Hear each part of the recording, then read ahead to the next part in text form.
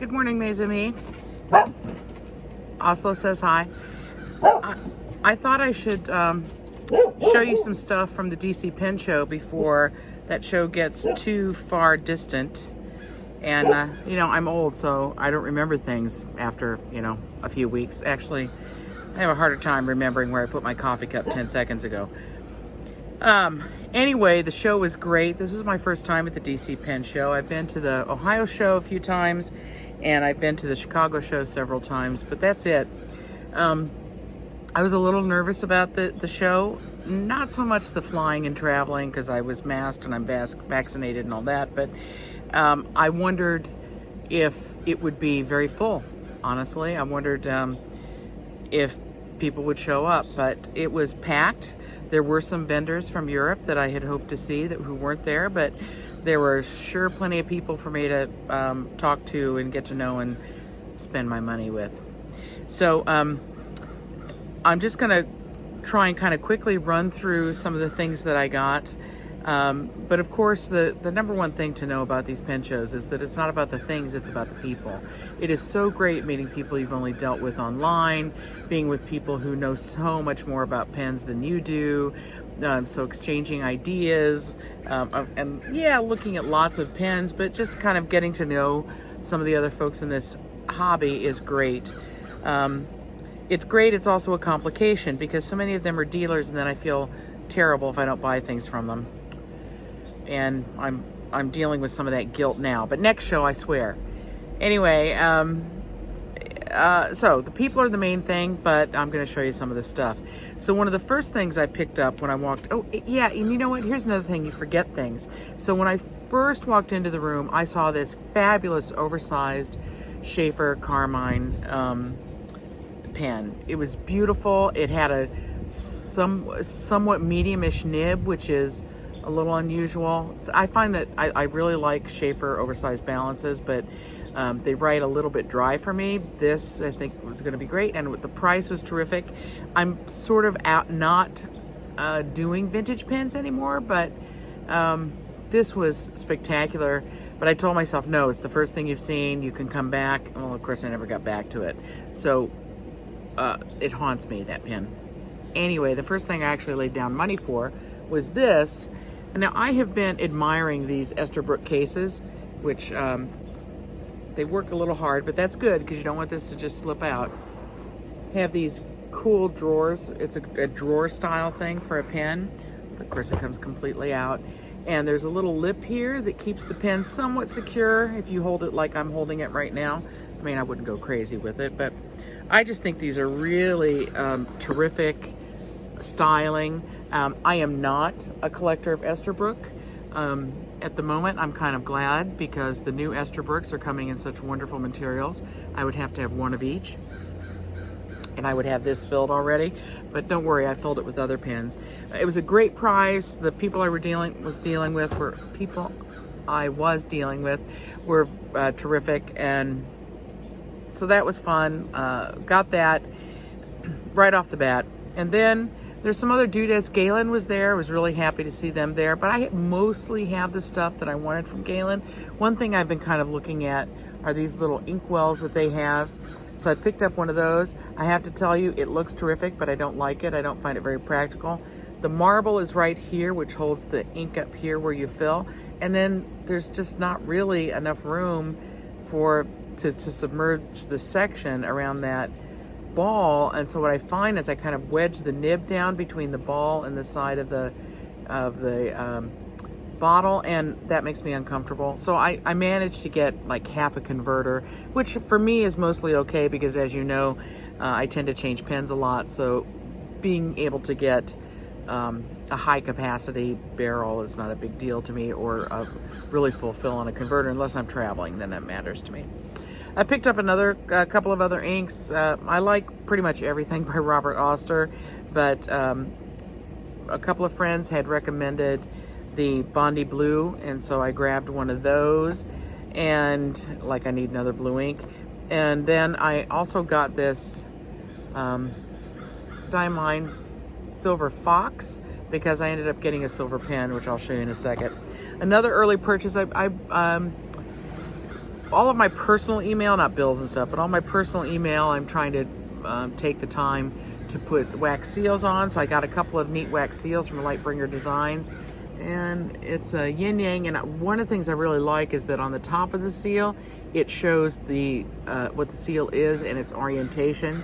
So that helps in for those seals where up and down are different, that matters. So I got a peace sign and a yin yang. Yes, old hippie. Hippie, hippie, hippie. Then on to the pens. Okay. So I knew one of my first stops at pen shows is always Jonathan Brooks, because he always has some 1 and 2 off pens. He's, of course, got the greatest materials on the planet. His prices are great. He's a nice guy. Yovo Nibs, really. I could go on and on and on, and I will. So I always try and stop at his table first, because stuff goes really quickly, and he's always very busy. And indeed, I picked out 2 pens. There were about 4 that I wanted, but I picked out 2 pens. This is primary manipulation. I have a Leonardo in this material, but that doesn't mean I can't have more of this. So it's just great material. I love the size of these pens. I think this is the Charleston, but I'm not really sure. I don't pay attention to the model names. I just look, I see color, I see size, I want it.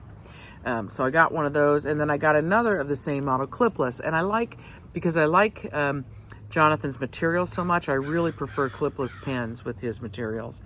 And then I got this. Now, it looks a lot like Golden Rule, which is a wonderful material. And he had a couple of Golden Rules there that I really wanted, but this is one that I think he's calling Blood Money, slightly different. Now, when he's shown it online, there's more deep red in it than is on my pen. My pen has a lot of very dark areas. So it's, if you look at the cap, if I looked at, well, what can I say? It's a little bit of a mixed bag. I would have liked a better example of this material, but I think it's a really cool material and slightly varied from the Golden Rule. A little bit more about this pen in a moment. So I think Ryan Krusak's work is just gorgeous, and I'm kind of late to the custom pen maker game. Having started in vintage pens, anyway, so I'm a little late to this game. I saw Ryan's pens at another pen show a couple years ago. I thought they were beautiful, but I kind of couldn't choose between them. I still can't, because they're all gorgeous. But when I walked by his table, this one stood out for me. Now, it's funny because I tend to like the more pronounced burls on his pens, and while this is a burl, it's such a dark wood that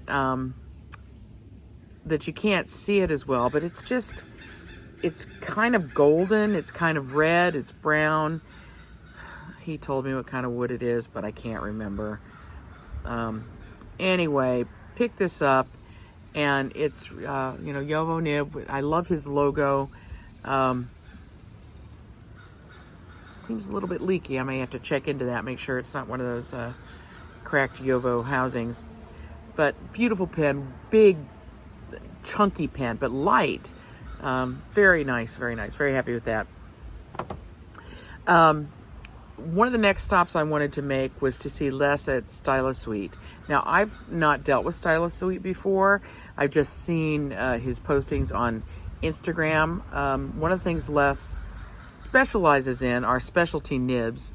He does a lot of them on Leonardo pens, which, of course, I love Leonardo pens. And I have a friend who has gotten a number of nibs from Les, and she was singing his praises. So I thought, well, I'll stop and see what this is all about. So I sat down at his table, and he asked me some questions about my writing, and then he started putting pens in my hand, and of course I wanted every one of them because they are spectacular. Now, the one that I walked away with is a Momento Zero. I prefer the grande size, but this was the nib I wanted, and actually this is the Blue Sorrento material. I think it's a Blue Sorrento material. I should look that up before I keep going on like that, because I'm not sure. I like the material, but the nib is out of this world. And one of the things that Les specializes in is, come on, focus, baby, Anyway, he specializes in taking steel nibs and making them into these really incredibly flexy pens. Very unique writing experience. He calls this the Harpoon. It's an extra fine, and I just don't have anything else like it. So I grabbed that. I wanted a second pen, and he had it on a Furore, a Leonardo Furore, but in a color I wasn't that crazy about. So I said I wanted the nib, but I asked him to, when he got home, put it on a different Furore. So I got this beautiful guy with another of Les's fabulous nibs. Haven't tried it yet because I also had him do that kind of nib on this Carolina Pens pen that I got. I sent that home with him, and I got them back, and I've been writing with this, and it's just fantastic. It's so much fun. So I wasn't really wanting another pen by the last day, but Jim Hines is so nice. I walked by his table, and I'd walked by it several times, kind of intentionally not making eye contact because he's a really nice guy, and I really didn't want to buy any more pens. But finally I did sit down, and look at that. Isn't that cool material? Now this is a material that he's making in shop. Actually, the woman who poured it was sitting there, and I didn't catch her name, I'm sorry. But what a neat material. And these pens are somewhat thinner than what I like best, but occasionally I want a thinner pen, so I'm going to enjoy this little guy. And then finally, over the years, I've made many purchases from Bryant Greer at Chatterley Pens, and it was nice to finally meet him face to face, see some of the other people who work in his shop and talk to them a little bit. And if you saw my last couple of videos, I've recently become interested in Montegrappa pens. Not going crazy with this, but Bryant has some special editions that I just wanted to see live. I didn't think I wanted one more expensive than I wanted to pay, and I'm not really sure about how far into this Montegrappa thing I wanted to go, but when I saw this pen, I just had to have it. Yeah, I know you're looking at this and saying, gray? Sherry, you picked out a gray pen? There were gorgeous blue pens, there was an orangey yellow material, gorgeous. But yeah, it was the gray pen I could not take my eyes off of. And these are celluloids, and they look fantastic in the light. Sometimes in certain lights, the gray has a little bit of a green cast to it. There's a jewel on the band. Really neat. I haven't inked it yet. Got an extra fine nib on it. I just have so many inked pens right now. But rose gold furniture, rose gold nib, just gorgeous. But something else I want to show you. It's quite a heavy pen. And one reason for that is splits in the middle, and it opens up to this beautifully machined piston filler. Really a lot of resistance there. It's such a solidly built pen in this this beautiful material. I like, normally I like a very plain barrel, but I like this tripartite look to it with the 3 different bands. I just think that it's so gorgeous, I can hardly stand it. Again, haven't quite inked it yet, but that's why I had to get the Silver Fox ink. Okay, I've got one more thing to show you, and I have to move a bunch of stuff to do that. Let me put the pens back in the case, because that's what the case is for. I hope you all are having a good day, having a good weekend.